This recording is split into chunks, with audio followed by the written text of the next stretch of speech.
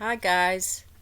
Okay, gonna read chapters 5 and 6 of Pirates Past Noon.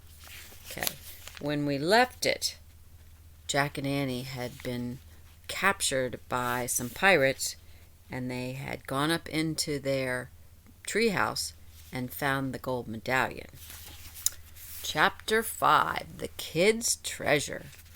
Jack and Annie watched in horror. The gold-greedy pirates seemed to have lost their minds. Jack nudged Annie. Together they started to back slowly away from the pirates, toward the treehouse. "Halt!" Captain Boots shouted. He aimed his pistols at them. "Not another step, lubbers!" Jack and Annie froze. Captain Bones grinned, his black-toothed grin. "Tell old Bones where the rest is," he growled, "or prepare to meet thy doom." He means they found the gold medallion, so he must think there's more treasure. What rest?" said Annie. "The rest of the treasure," roared Captain Bones. "I know it's on this island. I have a map." He reached into a belt pouch and pulled out a torn piece of paper. He waved it at Jack and Annie. "Is that a treasure map?" asked Jack. "Aye, it's the map telling about Kid's treasure." "Which kid's treasure?" "Not us kids," said Annie. "We don't know anything about a kid's treasure." "Why don't you read the map?" said Jack. "You read it." Captain Bones shoved the map in Jack's face. Jack stared at the strange marks on the paper. "What does that mean?" asked Jack. "What does what mean?" asked Captain Bones. "Those words." Jack pointed at the words at the bottom of the map.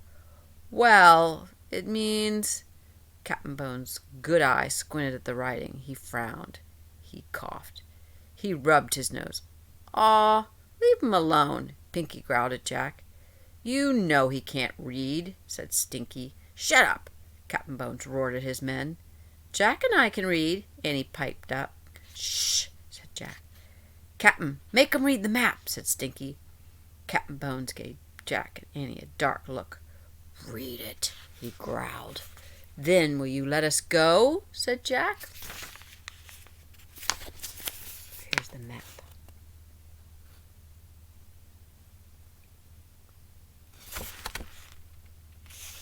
The pirate squinted his good eye. "Aye, lubber. When the treasure's in me hands, I'll let you go." "Okay," said Jack. "I'll read it to you." He looked at the map. It says, "The gold doth lie beneath the whale's eye." See, that's what that says down there. "Hey," Captain Eye scowled. "What's that supposed to mean, lubber?" Jack shrugged. "Hang it, take 'em back to the ship," shouted Captain Bones. "They can rot there till they're ready to tell us how to find Kid's treasure."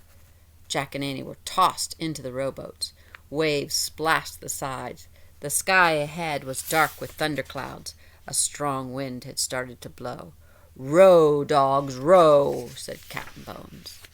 Pinky and Stinky began rowing toward the big ship. "Look," Annie said to Jack. She pointed to the shore. Polly the parrot was flying over the sand. "She wants to help us," whispered Annie. Polly started to fly out over the waves, but the winds were too strong. She turned around and flew back to the island.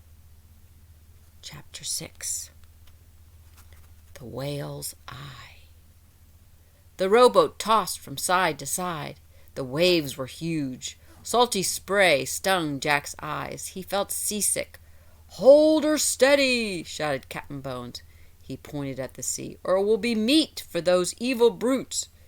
Dark fins cut through the water. Sharks. One zoomed right by the boat. Jack could have reached out and touched it. He shuddered.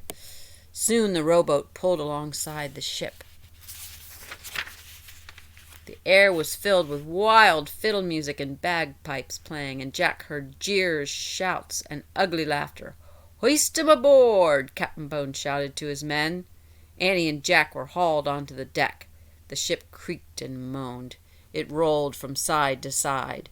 Ropes flapped and snapped in the wind. Everywhere they looked, Jack and Annie saw pirates. Some were dancing, some were drinking, many were fighting with swords or with their fists.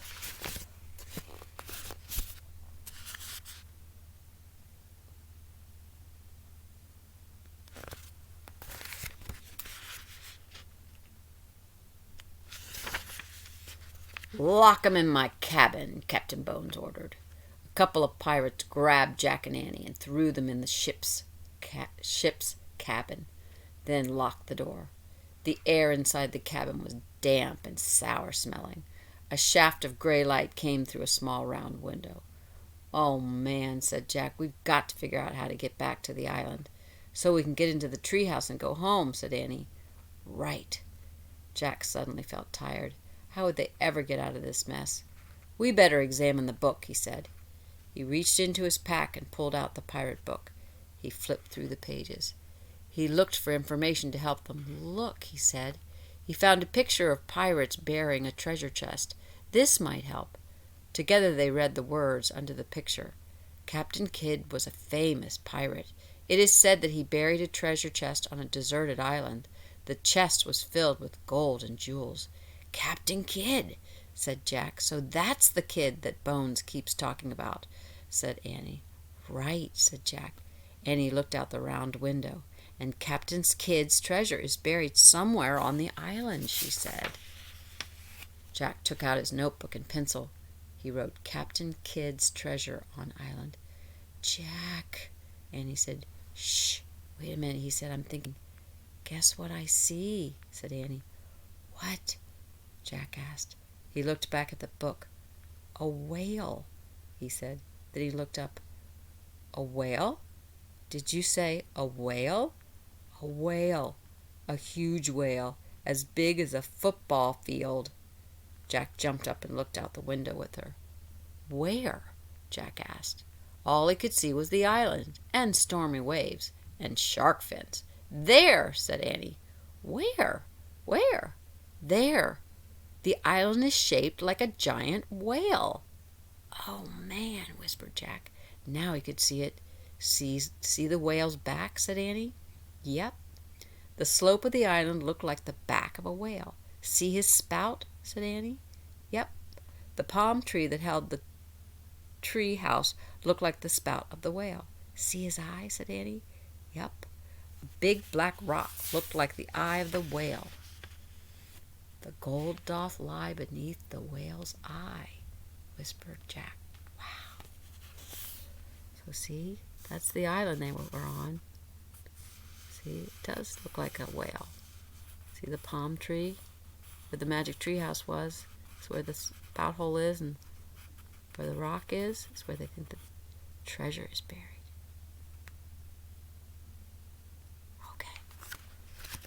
The next chapter, chapter 7, is Gales A-Blowing. A gale is like really strong winds. Okay. See you later.